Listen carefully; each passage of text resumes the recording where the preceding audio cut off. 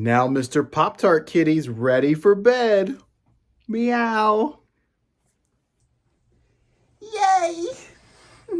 All right, let's get you guys tucked in nice and tight.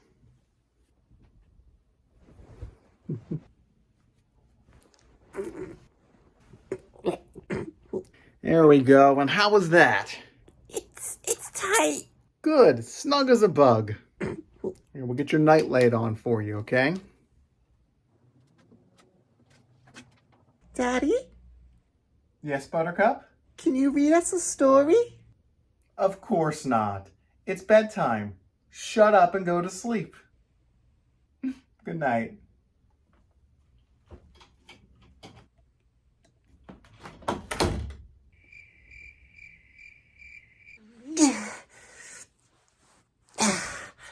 Whew.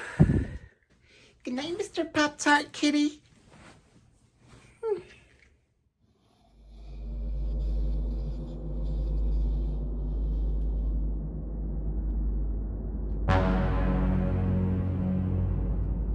Susie. Hello? Susie? Dad? Is that you? Where are you? I'm under here, Susie.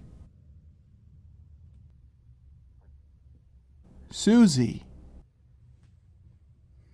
Help me, Susie. Under your bed. Oh.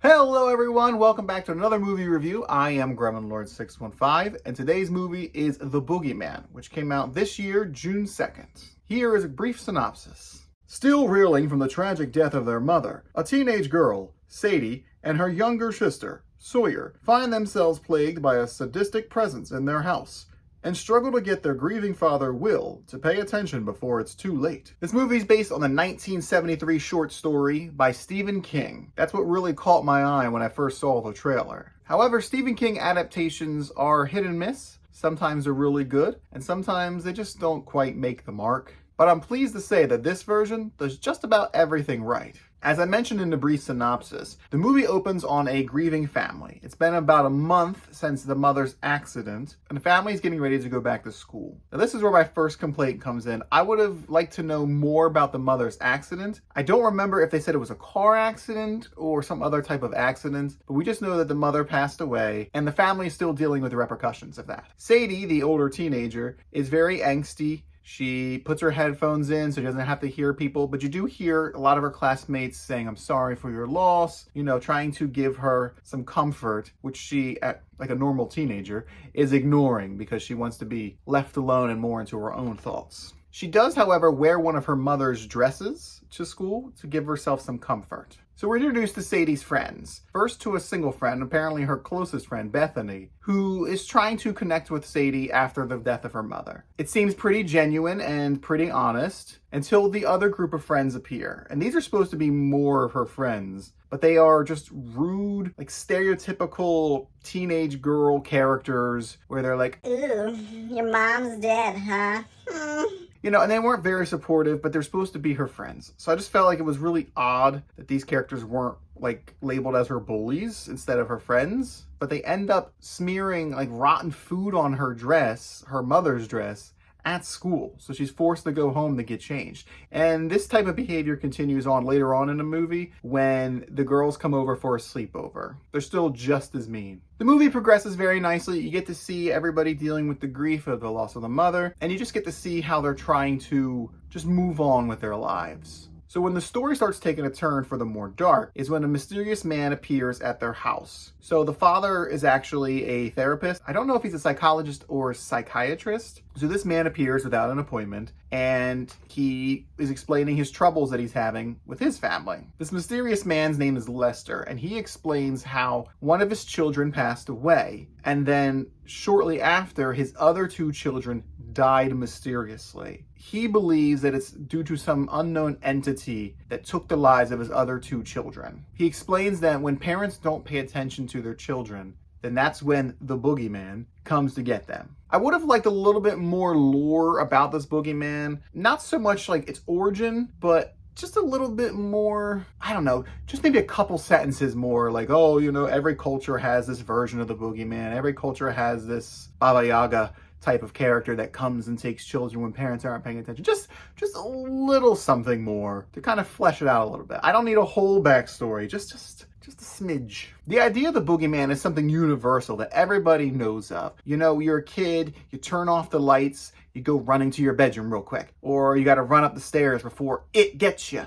That it is the boogeyman. It's lurking in the shadows, it's waiting for you. It's why you don't dangle your foot off the bed, because a monster might grab you from underneath and Drag you under the bed. it's just something that everybody experiences, everybody knows. It's universal. The mythos around this boogeyman, I think, is where the movie really shines. Everybody knows the experience of walking into a darkened room and looking around and you see a shape out of the corner of your eye and you're like, oh, what is that? And you turn on the light, oh, it's a pile of clothes on a chair. Okay. There's something that your eyes play tricks on you when the light is too dim and your brain is trying to formulate, like, what could that be? What could that be? You're making shapes out of nothing. And this movie does that very well. So often in the movie, you're going to have the characters, especially the younger girl, Sawyer. She hears a noise and she's looking at her closet door. And we as the audience are also looking at the closet door. And we're right there with her, trying to look and see, like, what's in that?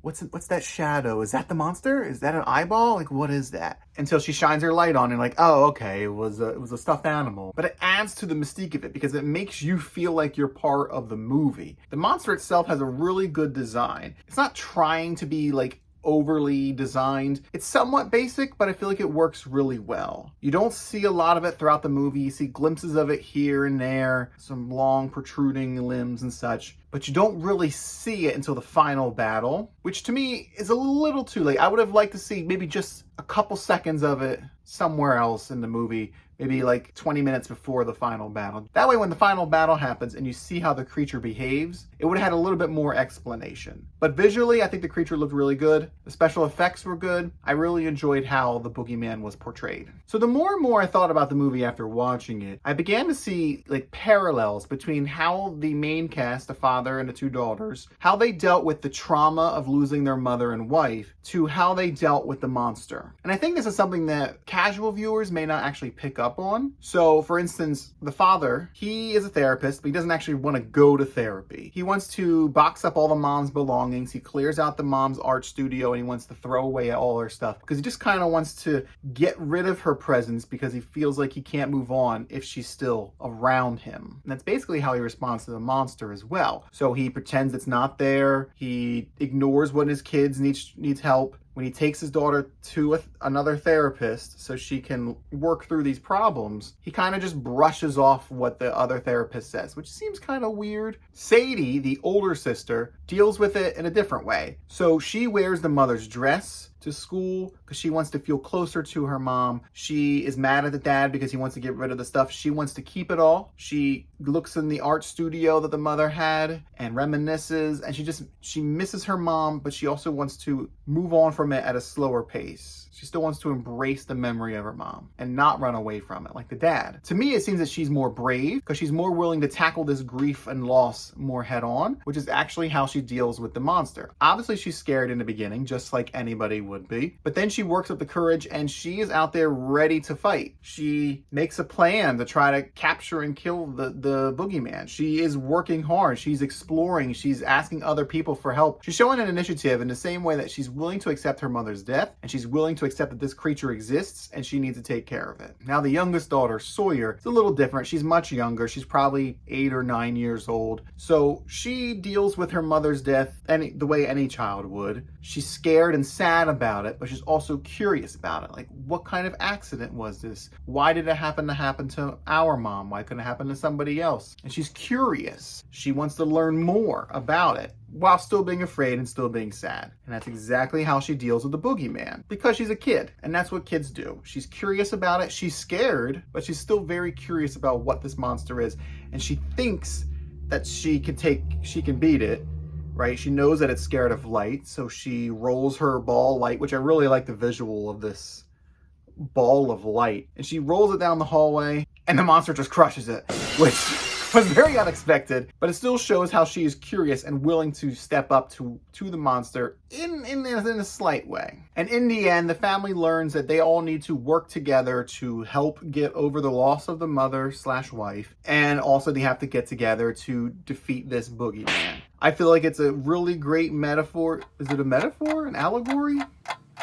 Regardless, it's a really great parallel of dealing with grief and loss and then dealing with this supernatural being. And I think that that's just something that this movie does really well that you may not pick up on if you're just taking everything on the surface value of, oh, it's a horror movie, oh, there's a boogeyman, oh, scary, scary, scary. So how would I rate this movie? Well, I'd probably give it about an 8.5 to 9. It's very high marks. Visually, it was great. It was stunning. I loved the way that the movie played with darkness and light, how the monster was there but not there, and it really just kind of played into your own internal fears of how people deal with darkness. I love the parallels of grief and loss and how that coincides with the monster. There were a few hiccups. That's not making or breaking the movie though. So, did you see the boogeyman? If you did, let me know in the comments below. And don't forget to like, comment, and subscribe so you can stay up to date with all my great opinions on every movie that I see. Thanks, and I'll see you again next time. Bye! Greta and Stripe. Kissing. Tingles, what are you doing under there? Help. Tingles, you can talk? Help me, Susie. No, Mr. Tingles. Help me, Susie. Tingles, take my hand. Tingles.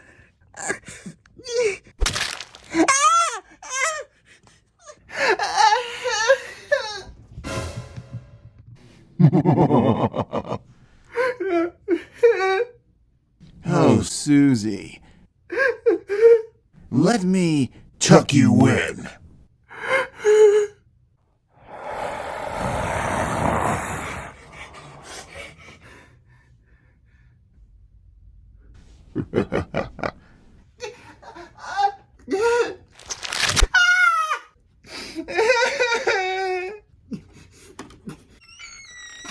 Dad! Dad!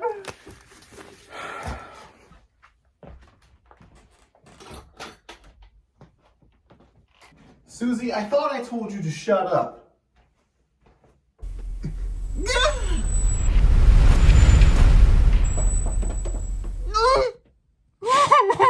Susie, I said it was bedtime. Sorry, Daddy. Good night. All right. Good night for the last time.